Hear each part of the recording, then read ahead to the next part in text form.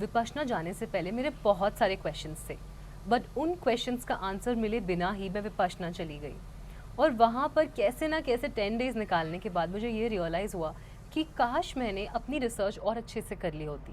मैं विपश्यना फिर भी जाती, पर मेरे जो 10 दिन थे जो इतने कन्फ्यूजन में निकले वो और स्मूथ निकलते। तो इस वीडियो में मैं आपको उन सारे क्वेश्चंस का आंसर दूंगी जो मुझे विपश्यना जाने से पहले थे। इस वीडियो को मैंने 6 पार्ट्स में डिवाइड किया है। पार्ट 1 में हम डिस्कस करेंगे कि मैंने विपश्यना जाने का डिसीजन क्यों लिया, मेरा पर्पस क्या था। पार्ट 2 में आपको मैं बताऊंगी कि वहाँ पे रूटीन कैसा था। पार्ट 3 में हम डिस्कस करेंगे कि वहाँ पे खाने के क्या टाइमिंग्स थे और मेनू में क्या ऑप्शंस थे। एंड देन पार्ट 4 में मैं आपको बताऊंगी कि पूरे 10 दिन के हर एक दिन मुझे कैसा फील हुआ एंड मैंने उन फीलिंग्स को कैसे कोप अप किया। 5th पार्ट में हम डिस्कस करेंगे कि रजिस्ट्रेशन प्रोसेस कैसा है, कॉस्ट इन्वॉल्व क्या है और कौन सी लोकेशन पे ये अवेलेबल है। एंड लास्ट में मैं आपको ये बताऊंगी कि मैं जिस भी रीज़न से विपश्यना गई, क्या वो रीज़न फुलफिल हुआ एंड क्या जो चेंजेस मैंने फील करे वो लॉन्ग लास्टिंग थे या विपश्यना के थोड़े दिन बाद ही ख़त्म हो गए। मुझे विपश्यना के बारे में 2019 कोविड से पहले पता चला था, तो तभी मुझे थोड़ा इंटरेस्टिंग लगा, बट एक वेट लॉस एंगल से कि अच्छा वहाँ पे ऐसे ऐसे खाना होता है, मे बी मेरी डाइट पे मेरा कंट्रोल हो जाएगा एंड मैं शायद 1-2 किलो वेट लूज़ करके आ जाऊँगी। तो ये एंगल से मैंने विपश्यना को उस टाइम पर देखा था। फिर कोविड में मैं बहुत ज़्यादा मेडिटेट करने लग गई, इतना कि मैं दिन में 5-5 घंटे मेडिटेट करती थी। बट जैसे ही सेकेंड वेव ख़त्म हुआ, धीरे धीरे मेरी मेडिटेशन की हैबिट डिक्रीज़ होती गई एंड वो 5 आवर्स से फिर 1 आवर, फिर 30 मिनट्स, फिर कभी 15 मिनट्स एंड निग्लेजिबल हो गया over a period of time. तो मेरे दिमाग में हमेशा था कि जब भी चांस मिला विपश्यना जाऊंगी, मेरी मेडिटेशन हैबिट को रिवाइव करूंगी और कुछ नया सीख कर आऊँगी। फाइनली 2023 दिसंबर में मैंने जाने का डिसीजन लिया, तो मैंने ऑफिस में 10 दिन की लीव अप्लाई करी। मुझे लीव तो मिल गई, बट सैडली उन्होंने बोला कि मुझे पूरे 10 दिन फ़ोन पे अवेलेबल रहना होगा। तो इस चक्कर में मैं इस बार भी विपश्यना नहीं जा पाई। 2024 मार्च को, क्योंकि मैं अपनी जॉब को एंजॉय नहीं कर रही थी, मैंने रिज़ाइन कर दिया एंड मैंने सोचा this is the perfect time, अब मैं विपश्यना कर सकती हूँ। बट इस बार मेरी मम्मी नहीं मानी। तो मार्च से अक्टूबर लग गया मुझे मम्मी को कन्विंस करने में, फ्रेंड्स को कन्विंस करने में। सब लोग सोच रहे थे कि मैं भूल जाऊंगी इस बारे में, बट मार्च से अक्टूबर तक मैं रेगुलरली बोलती रही कि मुझे जाना है, मुझे जाना है। तो इतना मेरी ज़ील और एंथुजियाज़म को देखकर मेरी मम्मी ने बहुत सारे वीडियोस देखे ऑनलाइन एंड फाइनली वो कन्विंस हो गई मुझे भेजने के लिए। तो अक्टूबर में मैंने अप्लाई कर दिया था नवंबर के बैच के लिए। नवंबर 27 को मेरा बैच स्टार्ट हो गया था एंड ये चला दिसंबर 7 तक। मैंने अपनी विपश्यना जर्नी को डेली व्लॉग फॉर्मेट में डॉक्यूमेंट किया था। ये सारी क्लिप्स मैंने अपना फ़ोन सबमिट करने से पहले एंड 9 डेज़ के बाद मेरा फ़ोन मिलने के बाद रिकॉर्ड करी थी। इस वीडियो की लिंक आपको डिस्क्रिप्शन बॉक्स में मिल जाएगी। तो इन अ नटशेल, विपश्यना में 10.5 आवर्स मेडिटेशन होती है रोज़, बट उससे भी ज़्यादा चैलेंजिंग पार्ट ये है कि 10.5 आवर्स के लिए आपको रोज़ क्रॉस लेग्ड पोजीशन पे बैठना होता है। 3 डेज़ तक आपको अन्नपन्ना कराते हैं। इस प्रोसेस में आपको बस अपनी ब्रेथ को ऑब्जर्व करना पड़ता है। एक पॉइंट ऑफ टाइम पे आप क्वेश्चन भी करोगे कि आप ये सब कर ही क्यों रहे हो। बट उसके बाद 4th डे लंच ब्रेक के बाद शुरू होता है विपश्यना। विपश्यना में आपको अपनी पूरी बॉडीली सेंसेशन से अवेयर कराते हैं एंड एक पॉइंट ऐसा आता है जब आपको अपनी बॉडी के हर इंच में सेंसेशंस फील होने लगती हैं एंड इस टाइम पर विपश्यना सेंस मेक करने लगता है। आपको रियलाइज़ होने लगता है कि आपने कुछ तो सही किया है। आके 6:30 टू 8 AM के बीच में होता था हमारा ब्रेकफास्ट। तो ब्रेकफास्ट के ऑप्शंस थे कभी इडली, कभी उपमा। कांस्टेंट रहता था हमारा चाय और रागी सूप एंड ओल्ड स्टूडेंट्स जो एक बार विपश्यना कर चुके हैं उनके लिए ओनली फ्रूट्स। इसके 4 आवर्स के बाद 11 टू 12 के बीच में होता था लंच। लंच में ऑप्शंस होते थे सलाद, रोटी, राइस, 2 टाइप की सब्जी, दाल, छाछ। डे 7 को हमको खीर भी मिली थी मीठे में एंड डे 10 को हमें मिला था एक विक्ट्री रसगुल्ला। इसके 5 आवर्स के बाद होता है हमारा इवनिंग ब्रेक 5 टू 6 के बीच में। ये ब्रेक में ओल्ड स्टूडेंट्स के लिए बहुत चैलेंजिंग हो जाता है क्योंकि उनके लिए ओनली लेमन वाटर होता है, बट न्यू स्टूडेंट्स के लिए काफ़ी सारा स्नैक्स होता है, कभी चिवड़ा, कभी पॉपकॉर्न, कभी पफ्ड राइस और इन सब के साथ साथ एक गुड वेराइटी ऑफ 2 और 3 डिफरेंट फ्रूट्स। अब आते हैं इस वीडियो के सबसे ज़्यादा पर्सनलाइज्ड पार्ट पर। ये है मेरा अनफिल्टर्ड पर्सनल एक्सपीरियंस कि हर दिन मुझे वहाँ पर कैसा फील हुआ। विपश्यना जाना बहुत ही अच्छी चीज़ है, पर मैं आपसे कुछ छुपाना नहीं चाहती हूँ। तो यहाँ पर मैं आपको थोड़ी बिटर रियलिटी बताऊँगी कि मेरे लिए क्या पाथ्स चैलेंजिंग रहे और मुझे कैसा फील हुआ। ऑफ कोर्स विपश्यना करने के बाद काफ़ी विक्टोरियस फील हुआ और अच्छा डिसीजन था, बट आई स्टिल विश कि थोड़ा ये चीज़ें पता होती तो वो 10 डेज़ और ईजिली निकलते। तो डे 1 को मुझे सबसे ज़्यादा स्ट्रेस हुआ मेरी फैमिली के बारे में। मुझे लग रहा था कि मैं तो यहाँ पर सेफ़ हूँ, बट मैं अपने पेरेंट्स तक ये कैसे कन्वे करूँ विदाउट अ फ़ोन। तो उसके लिए मैं आपको सजेस्ट करूँगी कि जब आपको आपका रूम अलॉट हो जाता है, आप अपने पेरेंट्स को वहाँ पर तब तक वेट कराइए एंड ट्राई करिए कि आप अपने पेरेंट्स के साथ जाकर अपना लगेज डिपॉज़िट करें, तो उनको भी एक तसल्ली मिले। डे 1 को एक और चीज़ हुई कि मैं मेडिटेशन के बीच-बीच में सो रही थी, तो यहाँ पर मुझे काफ़ी गिल्ट होने लगा, बट अगेन इट्स ओके। अगर आप अपनी मेडिटेशंस में बीच-बीच में सो जाते हैं, इट्स टोटली फाइन। एक दूसरे को देखकर आपको ना अपने बारे में बुरा नहीं फ़ील करना है। वहाँ पे क्या होता है, 45 मिनट्स की ड्यूरेशन में आपने अपनी आइज़ फर्स्ट 5 मिनट्स में खोली, किसी और ने अपनी आइज़ 15 टू 20 मिनट्स वाले स्लॉट में खोली, तो आपको पता नहीं चला कि कितने लोग कितना डिस्टर्ब्ड हैं। जब भी आप अपने आइज़ ओपन करोगे, आपको दिखेगा कि सब लोग वहाँ बुद्ध बन के बैठे हुए हैं परफेक्ट पोस्चर में, तो आपको लगेगा कि आप ही मेडिटेशन सही से नहीं कर रहे हो। बट इट्स ओके, अगर आप थोड़ा स्लीप करते हो, थोड़ा फॉल्टर करते हो, इट्स फाइन। आपसे जितना फॉलो हो रहा है आप उतना करो, फिर भी आपको बहुत सारे बेनिफिट्स रीप होंगे।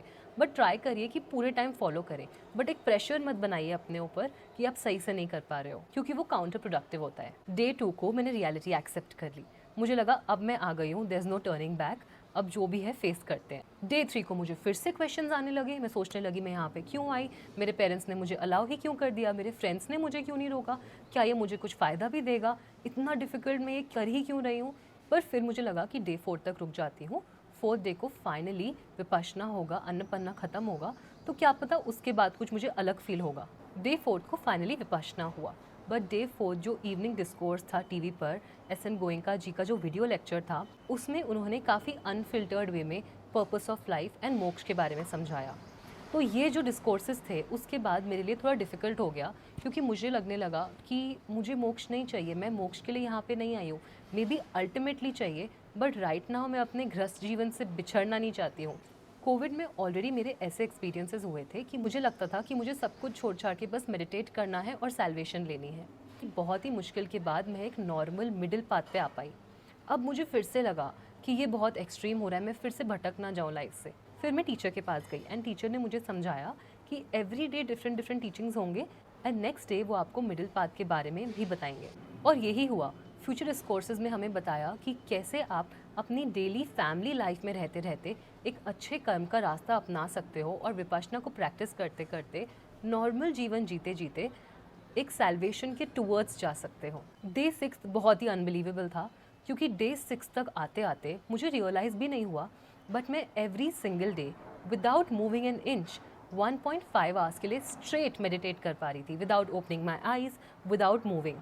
स्टार्टिंग में मुझे काफ़ी इम्पॉसिबल लगता था, मैं 5-10 मिनट भी नहीं बैठ पाती थी विदाउट फिजिटिंग, बट डे 6 तक वो प्रैक्टिस इतनी ज़्यादा हो गई थी कि मेरे अंदर काफ़ी पेशेंस आ गया। मैं pure 1.5 hours of blissful meditation कर पा रही थी, not forceful any more. Day 7 को I still felt a little bit okay. मुझे प्रोजेक्ट आइडियाज़ आने लगे, मुझे बिजनेस आइडियाज़ आने लगे, जो मैं हमेशा से करना चाहती थी। वो आइडियाज़ को एग्जीक्यूट करने की एक इनर स्ट्रेंथ फील होने लगी। आई फेल्ट लाइक दुनिया में कुछ इम्पॉसिबल नहीं है, मैं सब कर सकती हूँ। मुझे एक अंदर से स्ट्रॉन्ग कन्विक्शन फील होने लगा। एक होता है ना कि आपका इंट्यूशन होता है, फिर आपका लॉजिकल माइंड आपके इंट्यूशन को थोड़ा दबा देता है। तो मेरा इंट्यूशन इतना स्ट्रॉन्ग हो गया कि मेरा लॉजिकल माइंड कुछ उसको दबा नहीं पा रहा था। डे 8 को फिर से मिक्स्ड फीलिंग स्टार्ट हो गए एंड मैंने डेस्परेटली काउंटडाउन स्टार्ट कर दिया कि बस 2 दिन बचे हैं and then I am out. फिर डे 8 का लंच ब्रेक था मेरा लैंडमार्क मोमेंट, मेरे लाइफ का सबसे बड़ा लैंडमार्क मोमेंट। मुझे थोड़ा अच्छा फील नहीं हो रहा था, तो मैं जाके रूम में लेट गई एंड जैसे मैं रूम में लेटी 10 minutes into my lying down, मुझे नींद तो नहीं आ रही थी, तो मैं विपश्यना ही कर रही थी, और एकदम से मेरी बॉडी डिज़ोल्व हो जाती है। मुझे मेरी बॉडी फील होना बंद हो गई। मुझे फील होने लगा कि I am just a part of the air, I am just a part of the universe. मुझे मेरी बॉडी नहीं फील हो रही थी, मुझे मेरा जेंडर याद नहीं था, मुझे मेरा नाम, ऐसा लगा कि ट्विंकल मेरी आइडेंटिटी है ही नहीं, मेरी आइडेंटिटी कुछ और है, या फिर शायद कुछ भी नहीं है। मुझे एकदम ऐसा फील होने लगा कि मेरी बॉडी एग्जिस्ट नहीं करती है, एकदम ऐसा लाइट फील होने लगा। तो मुझे लगा क्या मेरी आत्मा मेरी बॉडी से अलग तो नहीं हो जाएगी। मैं एकदम पैनिक हो गई कि ये क्या हो रहा है, और ऐसा लगा कि मैं उड़ने वाली हूँ हवा में। एंड मैंने ऐसे जर्क हुई मैं, एंड फिर वो फीलिंग चली गई, फिर वो फीलिंग वापस कभी नहीं आई। बट उस स्टेट को बोलते हैं भंग, एंड बहुत लोगों को 7th 8th या 9th डे को ये बॉडी डिसोल्यूशन या भंग स्टेट फील होती है। इस स्टेट में आपकी बॉडी आपको फील होना बंद हो जाती है एंड आप अपने अंदर के सोल से कनेक्ट हो जाते हो, आप अपने अंदर के सोल को फील कर पाते हो। इन सिंपल टर्म्स, जो स्पिरिचुअल एंड प्रैक्टिकल वर्ल्ड है उसके बीच की जो वेल है वो थोड़ी पतली होने लगती है आपके एक्सपीरियंस में। डे 9 को हम सब लोग थोड़ा थोड़ा चिल्ड आउट हो गए थे, सब लोग एक दूसरे पे हल्का हल्का स्माइल करने लगे, बट आई कांटेक्ट अलाउड नहीं था। हम लोग नीचे देख के ऐसे हल्का स्माइल करके निकलते थे क्योंकि पता था कि कल से बात करना शुरू करना है। इवन दो मैं 10 जोड़ी कपड़े लेके गई थी, मैंने फिर भी अपने कपड़े वॉश कर दिए अपने आप को थोड़ा बिजी रखने के लिए, क्योंकि मुझसे वेट भी नहीं हो रहा था कि मैं ये 1 आवर ऑफ ब्रेक कैसे निकालूंगी। और मुझे थोड़ा थोड़ा ये भी लग रहा था कि मैं इस कैंपस को बहुत मिस करूँगी, विपश्यना को बहुत मिस करूँगी, मुझे अटैच नहीं होना है, क्या पता बाहर जाके मुझे विपश्यना की याद आए। एक इम्पॉर्टेंट पार्ट में बताना चाहूँगी कि मैं ऑलमोस्ट हर रोज़ शाम को रोई हूँ पूरे कैंप में, एंड दैट्स ओके अगर आप भी रोओगे तो, बट अपने आप को प्रिपेयर करके जाओ कि वहाँ पे ऐसे एक्सपीरियंसेस होंगे, ऐसी फीलिंग्स आएंगी, एंड ये सब नॉर्मल है, तो आपकी सफरिंग थोड़ी कम होगी।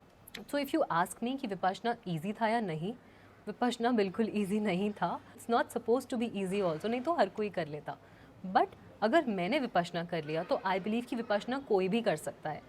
विपश्यना एक totally free of cost program है, बट एक टाइम पर ये पेड हुआ करता था। उसके बाद एसएन गोयनका जी ने डिसाइड किया कि इसको डोनेशन बेस्ड बना देते हैं। इसका रीज़न ये है कि अगर आप पे करके विपश्यना करने जाओगे तो आप एक एंटाइटलमेंट के साथ जाओगे, आपको लगेगा कि जो भी फैसिलिटीज़ आपको मिल रही हैं आपने तो उनके लिए पे किया है तो आप वो डिज़र्व करते हो। बट अगर आप दूसरों की डोनेशंस पे जाओगे, क्योंकि वो आपसे पैसे ही नहीं लेंगे एडवांस में, तो आपको लगेगा कि आप वहाँ पे आ पा रहे हो क्योंकि किसी और ने अपनी काइंडनेस से डोनेट किया है। एंड इस कैंप का ओवरऑल पर्पस भी ये होता है कि आपको एक ईगो डिसोल्यूशन स्टेट में लेकर आए। वहाँ पे फैंसी कपड़े अलाउड नहीं है, टाइट क्लोथ्स अलाउड नहीं है, कोई आपकी आइडेंटिटी नहीं जानता, आप किसी से बात नहीं कर सकते, किसी को आप रियल वर्ल्ड में क्या हो पता नहीं है। तो इन सब से ओवरऑल आपकी आइडेंटिटी डिज़ोल्व हो जाती है, एंड जब आप अपनी आइडेंटिटी डिज़ोल्व कर देते हो तो आप अपने अंदर के सोल से कनेक्ट कर पाते हो। अब मैं आपको रजिस्ट्रेशन प्रोसेस दिखा देती हूँ। रजिस्ट्रेशन के लिए आपको क्लिक करना है www.dhamma.org पर। वेबसाइट ओपन करने के बाद आपको क्लिक करना है कोर्सेज पर। कोर्सेज पर आपको वो मंथ सेलेक्ट करने हैं जिस मंथ में आप ये कैंप लेने के लिए अवेलेबल रहेंगे। मैं 2 मंथ्स की विंडो सेलेक्ट कर रही हूँ सो दैट इसके बीच में मुझे कोर्सेज के एंड सेंटर्स के ऑप्शन ज़्यादा से ज़्यादा मिले। अगर आप छोटी विंडो सेलेक्ट करोगे तो शायद आपको अपना नियर बाय सेंटर ना मिले। यहाँ पर मैं लद्दाख सेलेक्ट कर रही हूँ। बेसिक डिटेल्स फिल करने के बाद एक इंट्रोडक्टरी पेज ओपन होता है जिसमें होती है विपश्यना कैंप से रिलेटेड बेसिक डिटेल्स, जैसे कि विपश्यना टेक्निक के बारे में। इस पेज में रूटीन भी होता है और ये भी मेंशन होता है कि अगर आपको कोई भी सिवियर मेंटल डिसऑर्डर्स हैं तो ये कोर्स आपको कम्प्लीटली हील नहीं करेगा। इसके बाद आपको अपने सारे बेसिक डिटेल्स एंटर करने हैं, जैसे कि आपका नेम, आपका ईमेल एड्रेस, आपकी मेडिकल हिस्ट्री। ये सारा प्रोसीजर कंप्लीट करने के बाद जब आप अपनी एप्लीकेशन सबमिट करोगे तो आपको एक thank you for your application message आएगा आपकी स्क्रीन पर। कैंप से ऑलमोस्ट 1 वीक पहले तक आपको पता चल जाएगा कि आपकी एप्लीकेशन मैं विपश्यना करने हैदराबाद के वनस्थलीपुरम में गई थी, जो मेरे घर से 35 किलोमीटर दूर है। ये इंडिया का one of the oldest Vipassana centre है। Goenka Vipassana centres all over the world spread out है, एंड इनके ओनली इंडिया में 100 से भी ज्यादा सेंटर्स हैं, जिनकी लिस्ट आपको इनकी वेबसाइट www.dhamma.org। अब आते हैं one of the second most important part of this video, कि मैं जिस रीज़न से विपश्यना गई थी क्या वो रीज़न फुलफिल हुआ। नंबर 1, मुझे चाहिए थे मेरे करियर रिलेटेड आंसर्स। मुझे समझ नहीं आ रहा था मैं करियर में आगे क्या करूँ। मुझे मेरी जॉब से खुशी नहीं मिल रही थी, बट वॉट नेक्स्ट मैं काफ़ी ज़्यादा कन्फ्यूज़ थी। तो क्या मुझे आंसर्स मिले? वेल, मुझे विपश्यना में इमीडिएटली तो आंसर्स नहीं मिले, बट विपश्यना के 2 मंथ्स के बाद आज जहाँ मैं हूँ मुझे डेफिनेटली आंसर्स मिल चुके हैं। मुझे बहुत ज़्यादा क्लैरिटी है कंपेयर टू जब मैं विपश्यना गई थी। मेरे आंसर से ज़्यादा इंपॉर्टेंट था मेरा पीस ऑफ माइंड, जो मुझे विपश्यना में मिला। विपश्यना में जाके जितने भी लोगों ने आज तक मुझे हर्ट किया था, मैं उन सबको दिल से जेन्यूनली फॉरगिव कर पाई हूँ। थोड़े लोगों के टुवर्ड्स हम लोग बचपन से गुस्सा ऐसे हावर कर लेते हैं ना, कि इस इंसान ने मेरे साथ गलत किया, उस इंसान ने मेरे साथ गलत किया, मैंने क्या किया था। विपश्यना में आपको समझ आता है कि they must be going through something, कोई पास्ट लाइफ कर्मा होगा। आप इतने ज़्यादा इवॉल्व कर जाते हो, आपकी पर्सनैलिटी इतनी मैग्नीफाइड हो जाती है कि आपको जो प्रॉब्लम्स अंदर से ईट अप कर रहे होते हैं ना, वो आपको प्रॉब्लम्स ही नहीं लगते हैं। आप उनको ऐसे ही ओवरलुक करके आगे निकल जाते हो। विपश्यना करके आने के बाद मुझे फाइनली पता चला कि मैं अंदर से कितनी स्ट्रॉन्ग हूँ और मैं अपने आप को कितना ज़्यादा अंडर एस्टिमेट करती थी। तो मुझे अपनी इनर ट्रू स्ट्रेंथ पता चली है। अलॉन्ग विद दैट मेरी टॉलरेंस भी इंक्रीज़ हुई है। स्टार्टिंग में क्या होता है, फर्स्ट 2 डेज़ आप इतने सारे लोग हॉल में बैठ के मेडिटेट कर रहे हो, तो कोई बर्प करता है, कोई फार्ट करता है, कोई स्नीज़ करता है, कोई कॉफ करते रहता है, आप मेडिटेट नहीं कर पाते हो। बट धीरे धीरे आपको रियलाइज़ होता है कि वो भी तो प्रॉब्लम फेस कर रहे हैं ना, वो तो बिल्कुल ही मेडिटेट नहीं कर पा रहे हैं बिकॉज उनके बॉडी में कुछ इशू है, एंड मौन व्रत की वजह से वो बात भी नहीं कर पाएंगे, किसी से शेयर भी नहीं कर पाएंगे, उनकी फैमिली भी नहीं है उनको पैम्पर करने के लिए। तो धीरे धीरे आप कंपैशन डेवलप करते हो, एंड 10 डेज़ एक 70 लोगों के साथ हॉल में मेडिटेट करना इज़ नॉट ईजी। आपका पेशेंस बहुत ज़्यादा डेवलप होता है, क्योंकि जैसे आप मेडिटेट करते हो कुछ ना कुछ डिस्ट्रैक्टिंग होता है, फिर आपको फोकस करना है अंदर, आपको पूरी दुनिया के डिस्ट्रैक्शंस को छोड़ देना है। तो उससे आपके अंदर की जो एक कन्विक्शन होती है ना, ऑफ फोकसिंग इनवर्ड्स, ऑफ दुनिया को इग्नोर करना, वो बहुत स्ट्रांग हो जाता है। विपश्यना के बाद आपको बताते हैं कि आपको एवरी सिंगल डे 2 आवर्स तक मेडिटेट करना है, 1 hour morning and 1 hour evening, camp ख़त्म होने के बाद भी। But in all honesty first month मैंने बिल्कुल मेडिटेट नहीं किया, क्योंकि मैं इतना ज़्यादा बर्नट आउट फील कर रही थी with 10 hours of meditation every day कि मेरा मन नहीं किया।